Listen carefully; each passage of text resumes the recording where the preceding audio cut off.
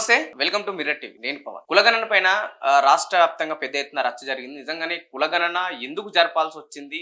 ఆ కులగణన వల్ల కులాల మధ్య ఏమన్నా ఇష్యూస్ వచ్చే అవకాశాలు ఉన్నాయంటే నిజంగానే ఒకవైపు అవుననే సమాధానం వినిపిస్తుంది. ఎందుకంటే చాలా వరకు బీసీ నేతలు కావచ్చు, బీసీ సంఘ నాయకులు, ఒకవైపు ప్రతిపక్షాల పార్టీలు బీసీలను తక్కువ చేసి చూపించిళ్ళు.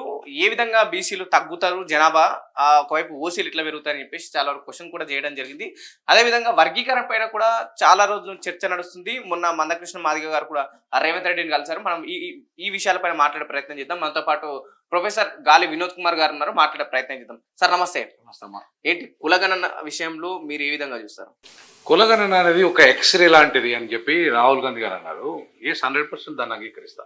ఎందుకు అంటున్నానంటే యాక్చువల్గా నేను కుల నిర్మూలనవాదిని. కానీ కులాలు ఉన్నంత వరకు అయితే కులాల గురించి తెలుసుకోవాలి, కులాలకు జరుగుతున్న అన్యాయాలను పరిశీలించాలి. సో కాబట్టి ఈ కుల నిర్మూలన జరిగేదాకా కులగణన అనేది అవసరం. ఏ కులము ఎంత లబ్ధి పొందింది రిజర్వేషన్ల ద్వారా, లేదంటే రాజకీయంగా ఎంత లబ్ధి పొందింది, విద్యాపరంగా, ఉద్యోగాల పరంగా, సంపద పరంగా, ఈ రకంగా ఏ రకంగా మనం లెక్కలేయాలన్నా చూడాలంటే ఖచ్చితంగా కులాల జనాభా తెలియకుండా చేయలేము.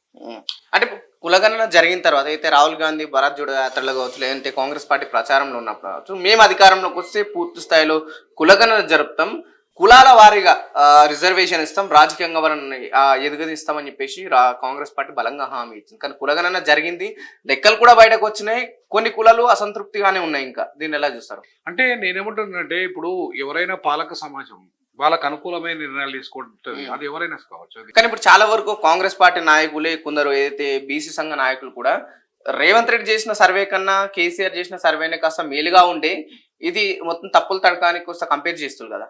నేనేమంటున్నానంటే ఇప్పుడు మల్లన్న లాంటి వాళ్ళు కోర్టుకి ఎందుకు పోకూడదు? ఒకవేళ నిజంగానే చిత్తశుద్ధి ఉంటే వాళ్ళకి మీరు పోండి. ఇప్పుడు దాన్ని ఆ కులగన్న తప్పని నిరూపించండి. రేవంత్ రెడ్డి చేసిన, కాంగ్రెస్ ప్రభుత్వం చేసిన లెక్కలు ఎటువంటి అంటారు? లెక్కలు దాంట్లో కొన్ని తప్పులు జరిగినాయని వాళ్ళే ఒప్పుకుంటున్నారు. మీరేమంటారు?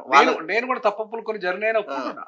దాన్ని సరి చేయాల్సిన బాధ్యత రేవంత్ రెడ్డి ప్రభుత్వం మీద ఉంది. అందుకే మళ్ళీ రీసర్వే పెట్టారు కదా. సో నేనేమంటున్నానంటే ఆయన లెక్కల ప్రకారంగా 52% ఒకవేళ అనుకున్నా, ఇప్పుడు 56 కదా. ఇప్పుడు ఆయన చూపెట్టింది ఎంత? 56. అయితే దాంట్లో 52 అంటే 4% పెరిగింది, అది ఎక్కువ పెరగాల్సి ఉండే. సో ఆయన చెప్పిన దాని ప్రకారం ఇంకా 3% లెక్కలు అయితే రాలేదు. దాంట్లో బీసీలు ఉన్నారు ప్రధానంగా అని చెప్పేసి అంటున్నాడు ఆయన. సో చాలా మంది బీసీలు రాలేదు దాని లెక్క. ఇప్పుడు కాంగ్రెస్ పార్టీ ఇచ్చిన లెక్కల ప్రకారం అయితే దాదాపు 42-43% ఉన్నది. లేదు 56% ఉంది బీసీల సంఖ్య. 56 పాయింట్ చిల్లర ఉంది బీసీల సంఖ్య. సో ఓసీ బీసీలు వేరు చేశాడు ఆయన, తర్వాత బీసీలను వేరు చేశాడు. అంతకుముందు ఓసీ బీసీలను కూడా కలిపిండి అనేది ఆయన వాదన. సో కాబట్టి ఇవాళ బీసీలు అనేటోళ్ళు ఎవరైతే ఉన్నారో ఓసీలలో ఇప్పుడు ఓసీ ముస్లింలు ఉన్నారు కదా, బీసీ ముస్లింలు. సో బీసీ ముస్లింలు అండ్ బీసీలు కలిస్తేనే ఏబిసిడి అవుతుంది కదా. ఇప్పుడు బీసీఈ అంటే అర్థమైంది, ముస్లింలు కూడా అర్థం దాంట్లో. కాబట్టి ఇవాళ బీసీఈ సంఖ్య కూడా పెంచినట్టుగానే చూపెట్టాడు, తగ్గించినట్టు చూపెట్టలేదు. అంటే నిజంగా చాలా వరకు బీసీ సంఘాల నాయకులు, బీసీ ఉద్యమంలో చాలా వరకు పోరాడిన వాళ్ళు అట్లీస్ట్ ఒక సంతృప్తితో ఇక్కడ కూడా కనిపించలేరు. మీకు కూడా తెలిసే ఉంటుంది ఎందుకు అంత అసంతృప్తి ప్రభుత్వం పైన చూపిస్తున్నారు. నేనేమంటున్నంటే ఇది రాజకీయంగా ముఖ్యంగా బీసీలు చాలా వెనకబడిపోయింది. ఎందుకు అంటే ఇది బీసీలే తప్పే. ఎందుకు బీసీలే తప్ప అంటున్నానంటే ఇవాళ బీసీలు అంటూ ఒక రాజకీయ పార్టీ ఎందుకు పెట్టుకోకూడదు? వాళ్ళు ఎందుకు పెట్టుకోవాలి? ఒక సమాజ్వాదీ పార్టీ పెట్టుకున్నారు ఉత్తరప్రదేశ్లో, ములాయం సింగ్ యాదవ్ బీహార్లో పెట్టుకున్నాడు, అట్లాగే డిఎంకే తమిళనాడులో పెట్టుకున్నారు బీసీల నేతృత్వంలో. వాళ్ళు అధికారంలోకి వచ్చారు, వాళ్ళు అనేక పథకాలు అమలు చేశారు. మీరెందుకు 52% ఉన్నారు? 52% ఉండి మీరెందుకు రాజకీయ పార్టీ పెట్టుకోకూడదు? అంటే 2 తెలుగు రాష్ట్రాల్లో ఇంకా రాజకీయ పార్టీలు లేవంటారా? లేవు. ఉంటే కదా ఏమి చూపెట్టండి, ఒక రాజకీయ పార్టీ చూపెట్టండి, బీసీల పార్టీ అని చెప్పేది ఒక్క రాజకీయ పార్టీ చూపెట్టండి. అంటే పార్టీ స్థాపించిన వరకే బీసీలు ఉన్నారు తప్ప బలంగా ఎలక్షన్లో కొట్లాడే వరకు ఇంకా బీసీలు రాలేరా? రాలేదు కాబట్టి చెప్తున్నా. నేనేమంటున్నా అంటే నేను ఒక మాదిగ ప్రొఫెసర్ను, అంటే నేను బీసీని కాదు. నేను బీసీ ముఖ్యమంత్రి కోసం 2023లో రాజీనామా చేసిన. మొత్తం అన్ని బీసీ సంఘాలు, ఆర్ కృష్ణయ్య, జాజుల శ్రీనివాస్ గౌడ్, అన్ని ఒక్క బీసీ సంఘం కాదు, మొత్తం ఈ తెలంగాణ రాష్ట్రంలో ఉన్న అన్ని బీసీ సంఘాలతో మీటింగ్ పెట్టి నేను రాజీనామా చేస్తున్నా. నేను రాజీనామా చేసేది కేవలం బీసీ ముఖ్యమంత్రి సాధన కోసం. దయచేసి బీసీలారా మీరు ఒక రాజకీయ ప్లాట్ఫామ్ను నిర్మాణం చేసుకోండి, ఒకటే వేదిక మీద మనం కొట్లాడదాం, ఈ ఎన్నికల్లో నిలబెట్టండి, మన తరఫున నిలబెట్టి బీసీని మనం బలంగా ముందుకు తీసుకెళ్దామని చెప్పిన. ఇప్పుడు వినండి, చెప్పినప్పుడు ఒక్క బీసీ కూడా నా మీటింగ్ వచ్చారు. ఏమి నేను మాట్లాడేది చాలా అద్భుతంగా ఉందని చెప్పారు, కానీ తర్వాత ఒక్క బీసీ కూడా ప్లాట్ఫామ్ మీద నిలబడలే, ఒక్క రాజకీయ నిర్ణయం తీసుకోలే. ఈవెన్ ఆర్ కృష్ణయ్య కూడా ఇప్పటివరకు కూడా బీజేపీలో కలిసిండు, కానీ సొంత రాజకీయ పార్టీ పెట్టిండా? పెట్టలే. జాజుల శ్రీనివాస్ గౌడ్ కాంగ్రెస్ సపోర్ట్ చేస్తున్నాడు తప్ప ఆయన సొంత రాజకీయ పార్టీ పెట్టిండా? పెట్టలే. సో వీళ్ళంతా రాజకీయ పార్టీ పెట్టకుండా కాదండి. వాళ్ళు ఏమంటున్నారంటే మేము ఎక్కడ కూడా రాజకీయ పార్టీలకు సపోర్ట్ చేస్తలేం, మేము బీసీల కోసం కొట్లాడుతున్నాం, దశాబ్ద కాలంలో మందకృష్ణ అన్న కూడా అంతే కదా, ఆయన కూడా అదే వాదన చేస్తున్నాడు కదా. నేను మాదిగల తరఫున ఎక్కడ కూడా నేను మాదిగలకు ఏ పార్టీకి అమ్ముడు పోలేదు అంటున్నాడు కదా. ఏ పార్టీకి అమ్ముడు పోలేదు నేను. ఎస్ కరెక్టే కావచ్చు. నేనేమంటానంటే దాన్ని రాజకీయ పోరాటం అనరు, దాన్ని అది రాయితీ పోరాటం అంటారు, రిజర్వేషన్ల పోరాటం అంటారు. మీరు రిజర్వేషన్ల పోరాటం చేసినంత కాలం అధికారులకు రారు కదా. నేనేమంటున్నానంటే మందకృష్ణ గారము రిజర్వేషన్ల పోరాటమే అయింది కాబట్టి రాజ్యాధికార పోరాటం కాదు. కానీ బీసీలకు రిజర్వేషన్ల పోరాటకే పరిమితం అయితే మీరు రిజర్వేషన్లు పెంచుకోలేరు, మీ సమస్యలు మిగతా సమస్యలు పరిష్కరించుకోలేరు. కాబట్టి ఇవాళ రాయితీలకే పరిమితం అవుతారా, రిజర్వేషన్లకే పరిమితం, రాజ్యాధికారం అయిపోతారా బీసీలు? మనం మాట్లాడదాం మందకృష్ణ గురించి మాట్లాడడం. బీసీల విషయంలో అయితే చాలా మంది కొందరు చెప్పుకున్న మేము బీసీ నాయకులు మనం చెప్పుకుంటున్న వాళ్ళు మేము ఇక్కడ కూడా రాజకీయ పార్టీలతోని పొత్తు పెట్టుకోలేం, కేవలం వాళ్ళ సపోర్టే కావాలా మాకు, వాళ్ళ దాంట్లో మేము పార్టీలో లేమంటున్నాం. నిజంగానే ప్రస్తుతం బీసీ నాయకులు కొందరు చెప్పుకుంటున్న వాటి మేము బీసీ నాయకులు మనం చెప్పుకుంటున్న వాళ్ళు కొన్ని పార్టీలతో అనుసంధానంగా ఉన్నారని చెప్పేసి మీరు అంటుండ్రు. 78 సంవత్సరాలుగా సంఘాలు పెట్టుకుని బాగా నాకు అర్థం కాలే. వెలమలు వాళ్ళ జనాభా ఎంత, వాళ్ళు ఎందుకు పార్టీ పెట్టుకున్నారు? కేసీఆర్ రెడ్లు వాళ్ళ జనాభా ఎంత, కాంగ్రెస్ అలయన్స్ అయినారు, వాళ్ళ జనాభా ఎంత 5%. వెలమల్లో 1% లేదు, వాళ్ళు అధికారంలోకి రాగలేదు. 52% నువ్వు రావా అధికారంలోకి? ఎందుకు బీసీ నాయకులు ఆ మత్తులో తేలుకుంటలేరా? తేలుకుంటలేరనే కదా నేను చెప్పేది. ఇప్పుడు నేను 3 లక్షల ఉద్యోగం రాజీనామా చేసినా కూడా చేసి రండే మీరు ముఖ్యమంత్రి కోసం మీకోసం మేము త్యాగం చేస్తున్నామంటే ఒక బీసీ నాయకుడు సక్కలేడు, రాలేదు. రాష్ట్రంలో ఏ బీసీ నాయకుడైనా ఏ బీసీ నాయకుడు గురించి మాట్లాడుతున్నాను నేను, ఒక బీసీ నాయకుడు రాలేదు. మరి అట్లాంటప్పుడు మనము బీసీలు ఎట్లా చైతన్యమైన? కొత్తగా వస్తున్న బీసీ నాయకుడు గురించి ఏం చెప్తారు? ఎవరైనా కొత్తగా వచ్చిన తీర్మానం వలన తీర్మానం వలన ఆయన సక్కనోడు అయితే అని నేను అయితే అనుకోను. ఎందుకంటే నువ్వు గెలిచిందే రెడ్లతోని, రెడ్ల సపోర్ట్ తోని గెలిచినావు. అరే మళ్ళా వాళ్ళ ఉచ్చదాగా మీరు ఉచ్చలు దాగండి అని ఎట్లా మాట్లాడుతావా? నువ్వు తాగిందే వాళ్ళ వచ్చా, నువ్వు తాగిందే వాళ్ళు చూస్తాను కదా గెలిచింది. నీకు చిత్తశుద్ధి ఉంటే రాజీనామా చేసి నువ్వు నీ బీసీల గురించి మాట్లాడాలి, నువ్వు సొంత పార్టీ పెట్టి మాట్లాడాలి. నువ్వు అల్ల కలిసి ఆ పార్టీని తిట్టకుండా ఉంటే నేను ఎవరు నమ్మాలా బీసీలు? కాదు నేను 100 సార్లు ఫోన్ చేసిన ఆయనకు. నేను మళ్ళా మీరు రాజకీయ నిర్ణయం కరెక్ట్ గా తీసుకోండి, మీరు రాజకీయ నిర్ణయం తీసుకోండి. ఎందుకంటే మీరు మళ్ళీ అందులో ఉండి రాజకీయ నిర్ణయం తీసుకుని నడవద్దు, మీరు రాజీనామా చేయండి. దానికి ఎమ్మెల్సీ పదవి బోడీ నీకేముంది, ఇంకొక ముఖ్యమంత్రి అవుతావా నువ్వు కరెక్ట్ గా ఉంటే? చెప్పిన సోకాజ్ నోటీసులు ఇస్తే నేను సోకాజ్ నోటీసులకు నేను డిఫరెంట్ రిప్లై అయ్యాను, ఏం చేసుకోని అంటుంది కదా. తప్పదు. ఇప్పుడు ఒక పార్టీ అన్నప్పుడు దానికి ఒక నియమం ఉంటుంది. షోకాజ్కి ఎందుకు రిప్లై అయ్యవు? ఇవ్వాలి కదా, నీ దగ్గర నిజాయితీ ఉంటే ఇవ్వాలి, నీకు చిత్తశుద్ధి ఉంటే ఇవ్వాలి. ఇలా ఒకటి అడుగుతున్నా నేను, ఎమ్మెల్సీ ఎన్నికల్లో కాంగ్రెస్ పార్టీ అభ్యర్థి ఎందుకు నిలబెట్టలేదండి? వరంగల్, నల్గొండ, ఖమ్మం ఎందుకు నిలబెట్టలేదు? ఎవరిని గెలిపేయాలనుకుంటుంది కాంగ్రెస్ పార్టీ? అక్కడ పూల రవీందర్ అంటే ఇంకొక కాపు ఆయన సపోర్ట్ చేస్తాడు, ఎవరు? మల్లన్న. అసలు సగం రెడ్డి నువ్వు, నీ కాపులు సగం రెడ్లు, ఎవరు బీసీలు కానే కాదు చక్కగా. అక్కడికి పోతే పక్కగా ఆంధ్ర బార్డర్, ఖమ్మం బార్డర్ దాంట్లో మీరు ఓసీలు, మీరు అవునా కదా? అట్లాంటి మీరు ఇవాళ బీసీల పేరు మీద వాళ్ళ పేరు మీద నాయకత్వం చేస్తూ అంటున్నారు. అసలు మీకు బీసీల నాయకత్వం చేసే అర్హత లేదంటున్నా. కాపులకు బీసీల నాయకత్వం చేసే అర్హత లేదు. మీరు ఇంతవరకు అగ్రవర్ణాలు కాపు కాశారు మీరంతా కూడా. ఫర్ ఎగ్జాంపుల్ డి శ్రీనివాసు ఆయన పిసిసి అధ్యక్షుడు అయి ఉన్నాడు, ముఖ్యమంత్రి అయిందా? పొన్నాల లక్ష్మయ్య పిసిసి అధ్యక్షుడు అయ్యిండు, ముఖ్యమంత్రి అయిందా? ఇవాళ మహేష్ గౌడ్ ముఖ్యమంత్రి అవుతాడా? వాళ్ళకు రెడ్లకు సేవ చేయడం తప్ప ఏముంటది దానిలో? కేవలం బీసీ రెడ్లకు సేవ చేయడానికి అంతే, కాంగ్రెస్ అంతే. మరి నువ్వు కూడా చిత్తశుద్ధి ఉంటే రాజీనామా చేసి బయటికి రాంటున్నాను ఆయన.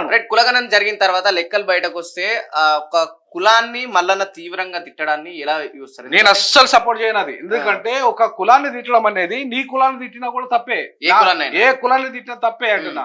తప్పు బీసీలది లేదా అంటున్నా, బీసీలది లేదా, మల్లన్నది లేదా? అసలు మన్నలకున్న చిత్తశుద్ధి ఏంది, నిజాయితీ ఏంది? ఆయనకు బ్లాక్ మెయిలర్ అనే పేరు ఉంది, వాని దగ్గర పైసలు అడకతిన పేరు ఉంది. అట్లాంటి వాడికి మాట్లాడే నైతికత ఉంటుందా? నైతికత లేనోడు మల్లన్న, నైతికత లేనోడు. నేను బీసీలను జాగృతం చేస్తున్నాను. ఏం జాగృతం అది? అదొక జాగృతమా? నీకు చిత్తశుద్ధి ఉంటే ముందు ఆ కాంగ్రెస్ పార్టీకి రాజీనామా చేయి. నువ్వు రేపు రేవంత్ రెడ్డిని గెలిపేయడానికి ఈ కుట్రలు చేస్తున్నావు ఎందుకు అనుకోకూడదు? నువ్వే ముఖ్యమంత్రి ఎందుకు కావాలి? మోస్ట్ బ్యాక్వర్డ్ బీసీలు కావాలి, మోస్ట్ బ్యాక్వర్డ్ కావాలి. నువ్వు కాదు, నువ్వు ఎట్లయితావు? నువ్వు కాపు కంటే నీకంటే వెనకబడ్డ వాళ్ళు ఉన్నారు కదా నీ దాంట్లో, వాళ్ళకి ముందు అవకాశం. నువ్వు వాళ్ళ కోసం త్యాగం చేయి. నేను రాజీనామా చేసి ఎవరు ముఖ్యమంత్రి అన్నా? నేను ఎవరి కోసం అన్నా? బీసీల కోసం అన్నా. నువ్వు ఒక బీసీ వేయండి, మోస్ట్ బ్యాక్వర్డ్ బీసీ, మహిళను ముఖ్యమంత్రి అను. నీకోసము, నీ స్వార్థం కోసమా? కేవలం మల్లన్న స్వార్థం కోసం 100%. బీసీ రాజకీయాలు చేస్తుండ్రు. 100%. అది తప్పుగానే కాదు. నేను ఛాలెంజ్ చేసేస్తున్నా ఎక్కడంటే అక్కడ. నేను ఆయన ఛానల్లో కూడా డిబేట్ చేయమని చేస్తా ఆయనతో. మీరు చాలా సార్లు వెళ్ళారు కదా ఛానల్ కూడా. వెళ్ళాను, వెళుతా కూడా ఇప్పుడు కూడా ఛాలెంజ్ చేసి విసురుతున్నా. ఆయన చేస్తున్న తప్పిదాలు ఇవాళ ప్రశ్నించాల్సింది బీసీలు. ఇవాళ బీసీలను మళ్ళీ డైవర్ట్ చేసే కార్యక్రమాలు చేయొద్దు. చేస్తే స్థితిగా ఒక బీసీ సమాజం తను సొంత రాజకీయ పార్టీని సొంత ఎజెండాతో ముందుకెళ్ళాలి. అంటే ఇప్పుడు తెలంగాణలో బీసీ నినాదం బాగా నడుస్తుంది. ఒకవైపు బాగా గాలి వీస్తుంది, మల్లన్న కావచ్చు, లేకపోతే బీసీ లీడర్లు పెద్ద ఎత్తున ఆ బీసీ నినాదాన్ని ఎత్తుకొని ముందుకు తీసుకెళ్తున్నారు. బీసీలు రాజకీయంగా చైతన్యవంతం అవుతుందంటేనే ఈ కొందరు నాయకుల వల్ల అని చెప్పి చెప్పుకుంటున్నారు. వీళ్ళ గురించి ఏం చెప్తారు? నేను ఏమంటున్నానంటే ఇప్పుడు మిగతా బీసీల సంగతిని మాట్లాడతలేదు. కుల సంఘాలు పెట్టుకున్న వాళ్ళు కుల సంఘాలు పెట్టుకున్నారు. మల్లన్న గురించి మాత్రమే మాట్లాడుతున్నాను. నేనేమంటానంటే నువ్వు ఫెరోషియస్ గా మాట్లాడు. ఎప్పుడు మాట్లాడంటే నీ సొంత కాలం మీద నువ్వు పార్టీ పెట్టుకున్నాడు మాట్లాడు. నీ సొంత కాలం మీద సొంత పార్టీ పెడితే సపోర్ట్ చేస్తారు. 100% చేస్తా. నేను చేస్తానని 100 సార్లు ఫోన్ చేసిన ఆయనకు. నేను చేస్తానని 100 సార్లు ఫోన్ చేసిన. బీసీలు సపరేట్ గా పార్టీ పెట్టండి, దానికి సపోర్ట్ చేద్దాం, దానికోసం తిరుగుదామని చెప్పిన. కానీ అది నా ఫోన్ ఎత్తడానికి కూడా ధైర్యం లేదు ఆయనకు.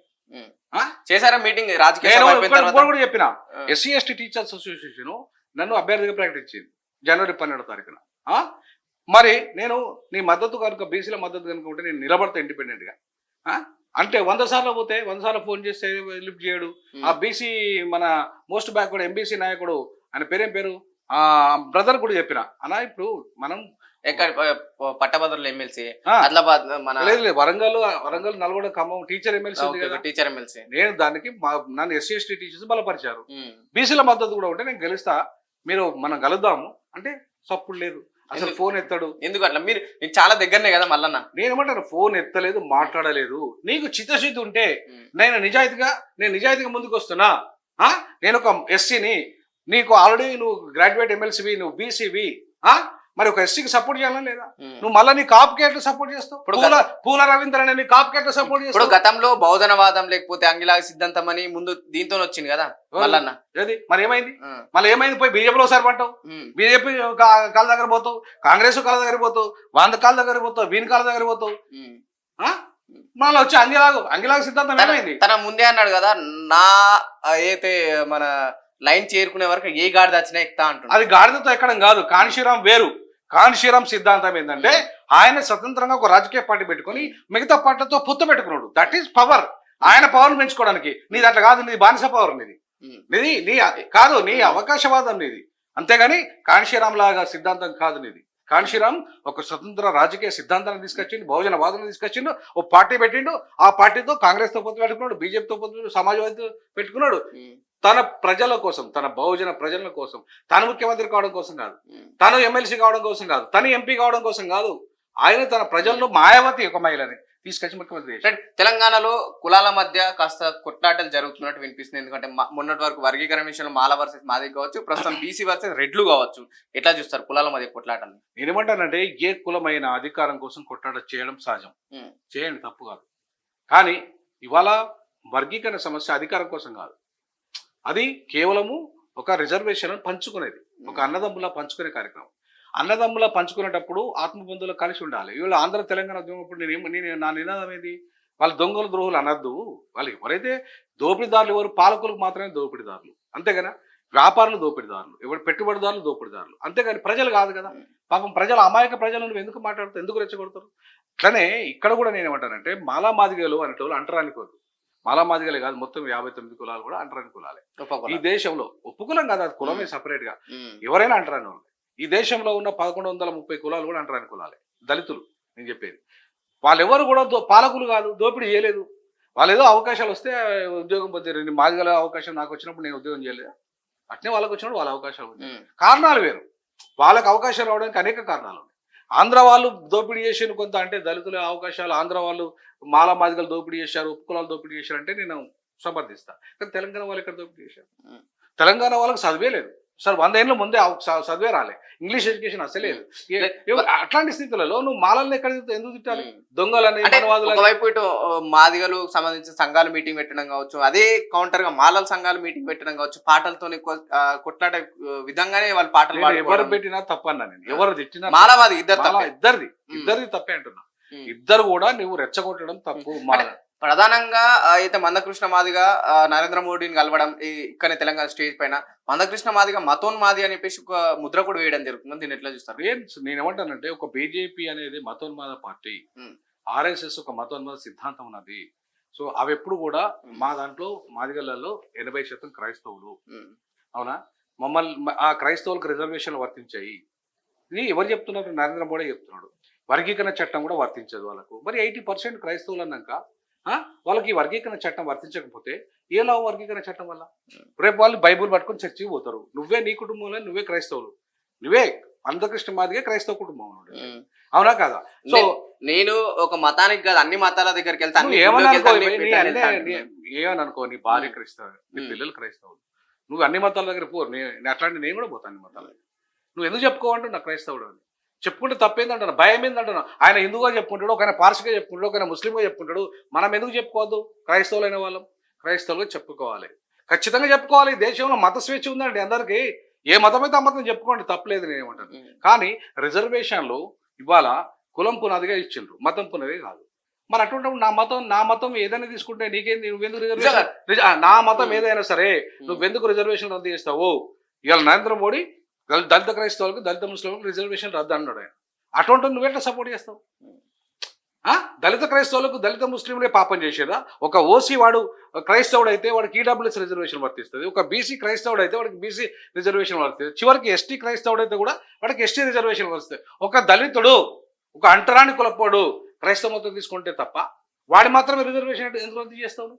ఎట్లా చేస్తావు? ఏ ప్రకారం చేస్తావు? వర్గీకరణ పూర్తి స్థాయిలో అమలు అవుతాయి, ఎటువంటి లాభాలు ఉంటాయి, ఎటువంటి నష్టాలు ఉంటాయంటే ఏం చెప్తారు? ఖచ్చితంగా లాభాలు ఉంటాయి, నష్టాలు ఏముంటాయి? నష్టాలు ఏముంటాయి అంటే మాలలు నష్టపోతారు అంటే అస్సలు పోరు. వాళ్ళ జనాభా తెలంగాణలో చాలా తక్కువ. ఎప్పుడు కంపేర్ టు ఆంధ్రాలో 12% ఉంటే దాదాపు 10-12% అక్కడ వాళ్ళు ఆంధ్రలో మాలలు ఉన్నారు. ఇక్కడ 4 నుండి 5% ఉన్నారు వాళ్ళు. సో ఇప్పుడు నేనేమంటానంటే ఇప్పుడు వాళ్ళకి 5% ఇవ్వాలి, 5% మాలలకు ఇవ్వాలి, 10% మాదిగలకు ఇవ్వాలి, 3% ఉప్పు కులాలకు అంటే మోస్ట్ బ్యాక్వర్డ్ ఎస్సీ కులాలకు ఇవ్వాలి. ఇప్పుడు 15% ఉంది. ఇంకో 3% పెంచి 3% పెంచగలిగితే ఈ సమస్య పూర్తిగా పరిష్కారం అవుతుంది. ఇప్పటికే పరిష్కారం అయిపోయింది, బట్ ఇంకా 3% పెంచి ఒకవేళ పంచగలిగితే మాదిగలకు 10 ఇచ్చి, అట్లాగే మాలలకు 5 ఇచ్చి, ఉప్పు కులాలను ఒకటే గ్రూపులో వేసి వాళ్ళకు 3% ఇస్తే అద్భుతంగా ఈ సమస్య పరిష్కారం అవుతుంది.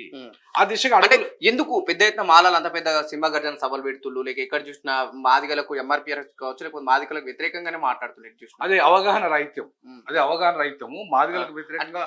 సరే, చదువుకున్న వాళ్ళు అంటే అవగాహన రహిత్యం అనుకోవచ్చు, రాజకీయ నేతలు కూడా అదే చదువుకున్న వాళ్ళైనా రాజకీయ నేతలైనా మందకృష్ణ అన్న కూడా ఆయన కూడా తిట్టిండు. మరి అది మనవాదులైన మాలని అది కూడా తప్పే కదా. దొంగలు ద్రోగులు అని తిట్టిండు, అది కూడా తప్పే కదా. నేనేమంటానంటే నువ్వు మరి చదువుకున్న వాళ్ళు కూడా ఆ రకంగానే ప్రొఫెసర్లు సైతం తిడతారు కదా, అట్లనే తప్పు కదా. అదే క్వశ్చన్ అన్న, మాలల దాంట్లో ప్రొఫెసర్లు చదువుకున్న వాళ్ళు ఉన్నారు కదా, మాదిగలు కూడా అంటున్నా, మాదిగలు కూడా అదే పని చేస్తున్నారు, మాలలు కూడా అదే పని చేస్తున్నారు. ఇద్దరిది తప్పే అంటున్నా నేను, ఇద్దరిది అవగాహన రహిత్యమే అంటున్నా. ఎందుకంటే ఇవాళ ఒక మాల పాలకుడు కాలే, ఒక మాదిగా ముఖ్యమంత్రి కాలే. ఇవాళ అయినరు ముఖ్యమంత్రులు, రెడ్లు అయినరు, వెలమల అయినరు, కమ్మోళ్ళు అయినరు, వాళ్ళు అయినరు కదా ముఖ్యమంత్రులు. మరి అటువంటిప్పుడు నువ్వు వాళ్ళని అన్నాను కానీ తప్పు ఎవరైనా చట్టం ఎవరు చేయాలి? మాలలు చేయాలనా? ఇప్పుడు చట్టం ఎవరు చేసారు? ఇప్పుడు రేవంత్ రెడ్డి చేసిండుగా. రేవంత్ రెడ్డి మాలనా మాదిగనా? కాదు కదా. ఆయన ఒక రెడ్డి, ఒక ముఖ్యమంత్రి. ఎవరైనా ముఖ్యమంత్రి స్థాయిలో ఉన్నవాడు చట్టాలు చేయాలి. నువ్వు తిట్టాల్సింది ఎవరిని?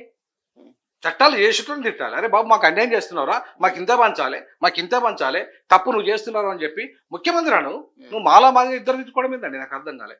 వాళ్ళు మన ఇద్దరం ఇప్పుడు జంగమోడు రాసుకుంటే బూడిద రాల్సినట్టుగా ఇవాళ మాల మాదిగా తిట్టుకోవడం వల్ల ఏం ఉపయోగం అంటున్నా నేను. అందుకే వాళ్ళు అవగాహన రహితంగా మాట్లాడుతున్నారు. కేవలం రాజకీయ లబ్ధి కోసమే కొన్ని పార్టీలు ఈ రెండు కులాల మధ్య ఖచ్చితంగా అది 100% కరెక్ట్ మీరు చెప్తున్నారు.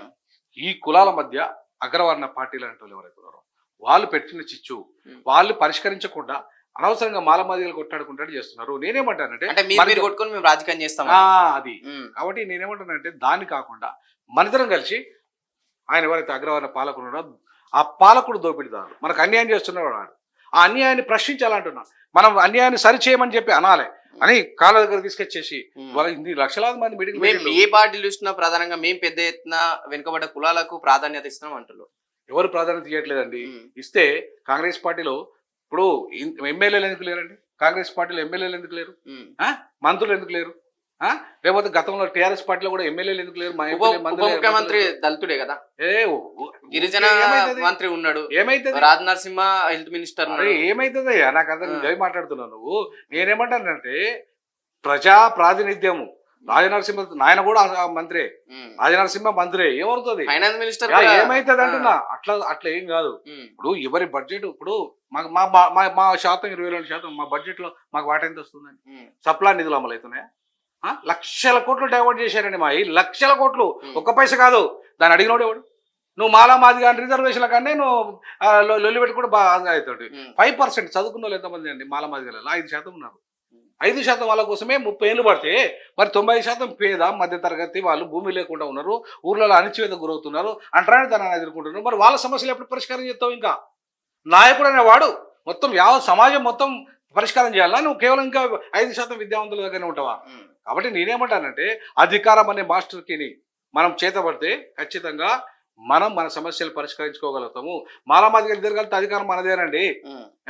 మనం కలవకుండా వాళ్ళని ఆఫ్టర్ ఆల్ 5% వాళ్ళని ముఖ్యమంత్రి చేస్తున్నాం, ఆ పర్సెంట్లను ముఖ్యమంత్రి చేస్తున్నాం. మనం కొట్లాడుకొని ఎందుకు కొట్లాడుకోవాలంటున్నాం? మనం ఏం చేసినామని కొట్లాడుకోవాలి? ఓ పెద్ద భూములు జాగాలు సంపాదించినామో మనకైనా లక్షల ఎకరాలు వచ్చినాయా? ఒక వివేక్ ఫ్యామిలీ అభివృద్ధి అయిందంటే ఆయన కాంగ్రెస్ లో పోయింది కాబట్టి, వాళ్ళ ఫాదర్ కాంగ్రెస్ లో పోయింది కాబట్టి అక్కడ ఉన్న అవకాశాలను వాడుకొని వాళ్ళు పైకి ఎదిగారు. ఒక వివేక్ ఫ్యామిలీ డెవలప్ అయితే అందరూ మాలలో డెవలప్ అయినట. లేదంటే మాదిగోలలో ఒక కుటుంబం 2 కుటుంబాలు ఉద్యోగాలు వచ్చి ప్రొఫెసర్లు ఐఏఎస్లు అయితే మాత్రం అందరూ బాగుపడేట కాదు కదా. కాబట్టి అందరి బాగు కోసము ఇవాళ కలిసి ప్రయాణం చేసి ఐక్యంగా మనకు రావాల్సిన వాటి కోసం మనం కొట్లాడుకోవాలి. ఆ దిశగా అడుగులు వేయాలి.